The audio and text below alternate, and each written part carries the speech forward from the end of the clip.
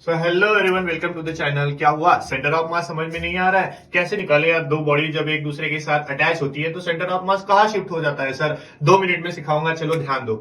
क्या होता है सेंटर ऑफ मास? तो सेंटर ऑफ मास किसी भी रिजिड, रेगुलर और इरेगुलर बॉडी का वो पॉइंट होता है जहां से पूरा का पूरा मास का डिस्ट्रीब्यूशन इक्वल होता है और हम कह सकते हैं कि वहां पे बॉडी जो है वो बैलेंस हो सकती है। But centre of mass body के इनसाइड में भी हो सकता है, मतलब उसके सरफेस पे भी हो सकता है या बॉडी के बाहर भी हो सकता है। सरफेस पे होना मतलब अगर हमने एक प्लेट ली तो सेंटर में होगा, तो दैट इज सरफेस पे। अगर बेंगल ली तो बेंगल का भी सेंटर ऑफ मास सेंटर में होगा, बट वो सरफेस पे नहीं होगा, तो कहीं पे भी हो सकता है। एंट्रेंस के लिए बहुत जरूरी है। चलिए समझते हैं। जब सेंटर ऑफ मास हम निकालते हैं तो आपको एक्सिस का सबसे ज्यादा यूज करना है और देखना है कि सेंटर ऑफ मास किस एक्सिस पे मूव हो रहा है, राइट? तो सेंटर ऑफ मास समझो यहाँ पे हमारा पहला मास है m1, यहाँ पे आपका दूसरा मास है m2, और वो देखना है कि x एक्सिस से कितना दूर है। सपोज इट इज x1, और आपको चेक करना है कि दूसरा x एक्सिस से कितना दूर है। तो सबसे पहला इंपॉर्टेंट काम सेंटर ऑफ मास फाइंड करते समय क्या करना है कि find coordinates of that centre of मास। तो इसके देखो भाई कोऑर्डिनेट्स क्या हो जाएंगे और इसके कोऑर्डिनेट्स क्या हो जाएंगे। तो x एक्सिस से x1 डिस्टेंस दूर है और y एक्सिस से 0, और यहाँ पे ये देख सकते हैं कि x2 डिस्टेंस दूर है और y एक्सिस से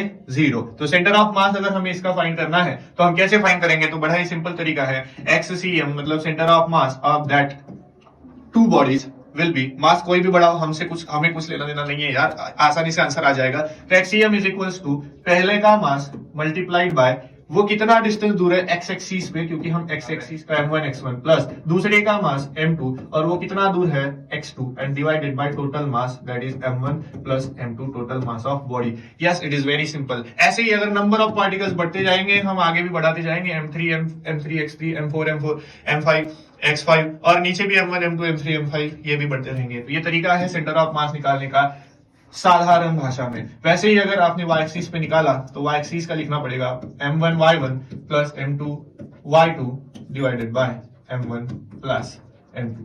तो ये है एक सिंपल तरीका सेंटर ऑफ मास फाइंड करने का। तो कैसी भी बॉडीज हो, सिर्फ डिस्टेंस, डायमीटर, थोड़ी ज्योमेट्री आपको आनी चाहिए। सबसे पहले फाइंड करना है कोऑर्डिनेट्स, देन कोऑर्डिनेट्स में x एक्सिस पे चाहिए तो x के कोऑर्डिनेट, y एक्सिस पे चाहिए तो y के कोऑर्डिनेट। सो बच्चों ऐसे ही वीडियो हम लाते रहेंगे और आपको 2 मिनट में सिखाते रहेंगे। Thank you so much.